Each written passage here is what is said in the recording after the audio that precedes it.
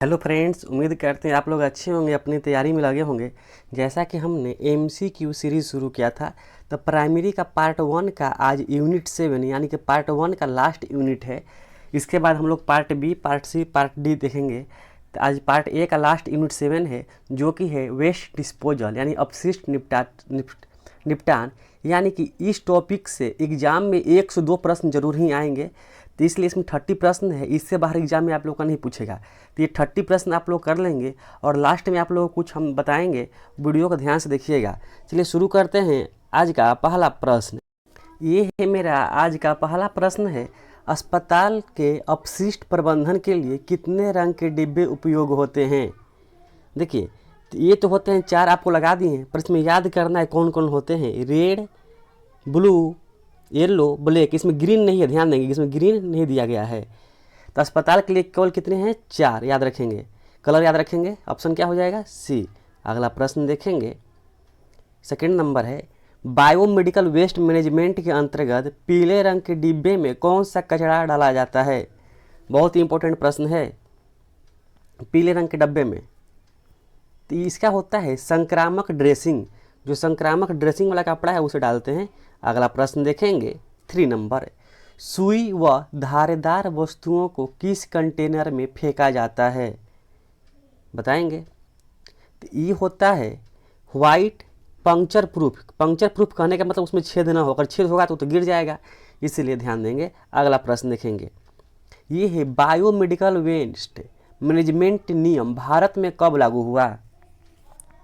Biomedical waste management नियम भारत में कब लागू हुआ। देखिए, पूछा है केवल भारत में कब लागू हुआ। तो ये भारत में लागू हुआ था 1998 में। कब हुआ था? 1998 में, याद रखेंगे। किसी का डेट ऑफ बर्थ भी होगा, उस तरह याद कर रख लेंगे। अगला प्रश्न देखेंगे, 5th नंबर है, प्लास्टिक और रबड़ सामग्री किस रंग के बैग में डाली जाती है। तो देखिए, वो तो आप लोगों को कलर देखिए या रेड कलर, तो यहाँ तो मार देंगे रेड हो जाएगा, पर दिखाने के पीछे मेरा मकसद था कि इस लोगों को देखिए, इस लोगों को ध्यान से देखिए, इससे आगे प्रश्न बनेगा लोगों से। चलिए अगला प्रश्न देखेंगे, 6 नंबर है, नीले रंग के कंटेनर में किस प्रकार का कचरा डाला जाता है। नीले रंग के पूछा गया है, तो नीले रंग में होता है धातु सामग्री व ग्लास, ग्लास व धातु सामग्री। अगला प्रश्न देखेंगे, 7 नंबर है, मृत भ्रूण या प्लेसेंटा एवं अंग किस रंग के बैग में डाले जाते हैं। वेरी वेरी इंपॉर्टेंट प्रश्न है, बताएंगे किस रंग में डाले जाते हैं। ये होता है येलो, यानी कि पीला वाला हो जाएगा। ऑप्शन बी, याद रखेंगे प्रश्न को, बहुत अच्छा प्रश्न है। अगला प्रश्न है 8 नंबर, बायोमेडिकल कचरे के निपटान में किस तापमान पर इंसिनेटर कार्य करता है, बताएंगे। इंसिनरेटर कार्य करता है, तापमान बताना इसमें। तो ये होता है 800 डिग्री सेल्सियस पे, 800 डिग्री सेल्सियस, याद रखेंगे इसको। अगला प्रश्न है, अपशिष्ट निपटान में ऑटोक्लेविंग क्या उद्देश्य है। ऑटोक्लेविंग, इसका राइट आंसर हो जाएगा नसबंदी करना, ऑप्शन सी। अगला प्रश्न है 10 नंबर है, बायोमेडिकल कचरे को अंतिम निपटान से पहले कितने समय तक संग्रहित किया जाता है, बताएंगे कितने समय तक संग्रहित किया जाता है अंतिम निपटान से पहले। तो ये होता है 12 घंटे तक, ऑप्शन हो जाएगा ए, 12 घंटे तक। अगला प्रश्न देखेंगे, 11 नंबर है, WHO यानी वर्ल्ड हेल्थ ऑर्गेनाइजेशन के अनुसार अस्पताल के कुल कचरे का लगभग कितना प्रतिशत जैव चिकित्सा कचरा होता है, बताएंगे। जैव चिकित्सा WHO के अनुसार पूछा गया है, कुल कचरे के कितना प्रतिशत। तो जितना कुल हॉस्पिटल का कचरा होता है उसमें से 10 से 15% क्या होता है? जैव चिकित्सा कचरा होता है। अगला प्रश्न देखेंगे, 12 नंबर है, अपशिष्ट निपटान का मुख्य उद्देश्य क्या है। निपटान का मुख्य उद्देश्य क्या हो सकता है? संक्रमण को रोकना, सिंपल सा प्रश्न था। अगला प्रश्न देखेंगे, 30 नंबर, काले रंग के बैग में कौन सा कचरा डाला जाता है। तो इसका राइट आंसर हो जाएगा घर का, यानी रसोई का कचरा। अगला प्रश्न देखेंगे हम लोग, 14 नंबर, रासायनिक अपशिष्ट का निपटान कैसे किया जाता है। रासायनिक अपशिष्ट, तो इसका विधि होता है लैंडफिल विधि, लैंडफिल। अगला प्रश्न देखेंगे, 15 नंबर, सुई चुभने से बचाव के लिए सबसे अच्छा उपाय है। तो सुई न चुभे उसके लिए क्या करेंगे हम लोग, नीडल को क्या कर दें, डिस्ट्रायर करते हैं, डिस्ट्रॉयर। अगला प्रश्न देखेंगे 60 नंबर, अच्छा प्रश्न है। ग्लास वायल और सीरम की बोतल किस कंटेनर में डाली जाती है। सीरम और ग्लास याद रखेंगे, तो ये होता है नीला। अगला प्रश्न देखेंगे, बायोमेडिकल वेस्ट को जलाने की प्रक्रिया कहलाती है। जलाने की प्रक्रिया को क्या कहते हैं।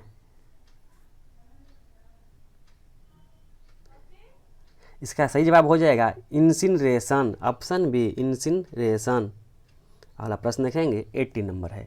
संक्रामक कचरे के परिवहन वाहन पर क्या लिखा होना चाहिए। देखिए क्या लिखा होना चाहिए पूछा गया है, क्या लिखा होना चाहिए।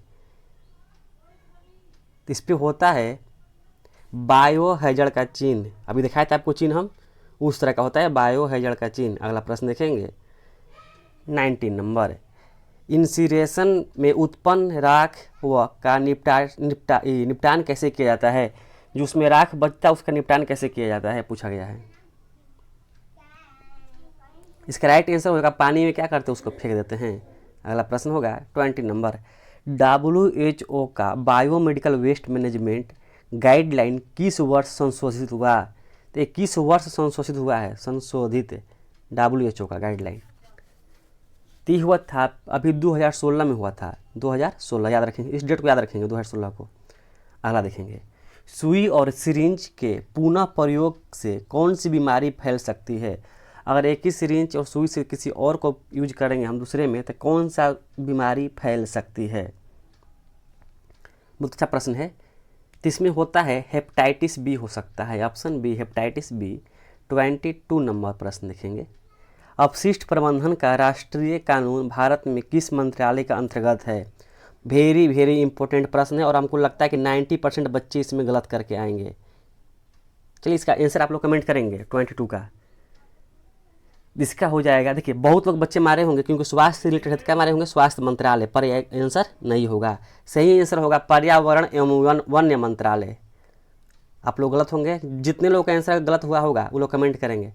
चलिए नेक्स्ट प्रश्न देखते हैं 23, जैव चिकित्सा कचरे के रंग कोड कितने प्रकार के होते हैं। अभी तो हम दिखाए थे आप लोग को 4 डब्बा, तो कितने प्रकार के, 4 प्रकार के, कोई दिक्कत नहीं इसमें। अगला प्रश्न देखेंगे 24, रेड बैग में डाले गए कचरे का उपचार कैसे किया जाता है। रेड बैग वाला बताएंगे, रेड बैग का उपचार कैसे किया जाता है। ये होता है ऑटोक्लेविंग के द्वारा। अगला प्रश्न देखेंगे 25 नंबर, अपशिष्ट निपटान में किस प्रक्रिया में उच्च दाब भाप का प्रयोग होता है। उच्च दाब और भाप का प्रयोग होता है, ऐसा क्वेश्चन हम कल कराए थे पिछले वीडियो में। तो होता है ऑटोक्लेविंग में होता है, ऑटोक्लेविंग। 26 नंबर है, CSR का पूरा रूप क्या है, यानी इसका फुल नेम क्या है CSR का। तो इसका होता है central sterilisation room, central sterilisation room. अभी तक वीडियो में बने हैं तो वीडियो को लाइक जरूर करें। चलते हैं, अभी लाइक दबा दे बटन लाइक का। चलिए 27 नंबर, बायोमेडिकल वेस्ट नियम 2016 में कुल कितनी श्रेणियां है। जो संशोधित होता है 2016 में, उसमें कुल कितनी श्रेणियां है। बहुत अच्छा प्रश्न है। उसमें थे केवल 4, ऑप्शन ए 4। 28 नंबर, अस्पताल में कचरे का पृथक्करण कब किया जाना चाहिए। तो उसमें तो रोज़ करना चाहिए ना, अस्पताल है उसमें रोज़ होना चाहिए, तो सिंपल प्रश्न है। 29 नंबर प्रश्न है, अपशिष्ट के रंग कोड का उद्देश्य है। रंग कोड के उद्देश्य क्या हो सकता है, अलग अलग डिब्बे अलग अलग रंग कोड करने का उसका उद्देश्य क्या है ये बताना है। इससे होता है कचरे को पहचानने में आसान हो जाती है, यानी आसान पहचान हो जाता है उस तरह से। अगला प्रश्न देखेंगे 30 नंबर, अस्पताल कचरे को जलाने के लिए न्यूनतम तापमान है। ये तो किए थे प्रश्न, रिपीट हो गया है, 800 डिग्री सेल्सियस। चलिए ये तो पार्ट 1 हो गया ख़त्म। अब देखेंगे पार्ट बी में क्या देखेंगे हम लोग। तो पार्ट बी में 4 यूनिट है टोटल। यूनिट 1 है इंट्रोडक्शन है, कम्युनिकेबल डिजीज है, केयर है और एपिडेमिक मैनेजमेंट है। तो इस 4 पार्ट को हम लोग 2 वीडियो में कवर करेंगे, यूनिट 1 और यूनिट 2 एक साथ, यूनिट 3 और यूनिट 4 एक साथ। ठीक है, तो वीडियो अच्छा लगा हो तो लाइक करें अब बाकी क्वेश्चन आपके PDF में मिल जाएंगे। 30 प्रश्न कराए थे, बाकी PDF में आपको मिल जाएंगे। तो PDF लेने के लिए आप मेरे व्हाट्सअप चैनल, टेलीग्राम चैनल से ज्वाइन कर सकते हैं। वीडियो अच्छा लगा हो तो जरूर मेरे चैनल को सब्सक्राइब करें और 3 दोस्तों के साथ शेयर करें। धन्यवाद।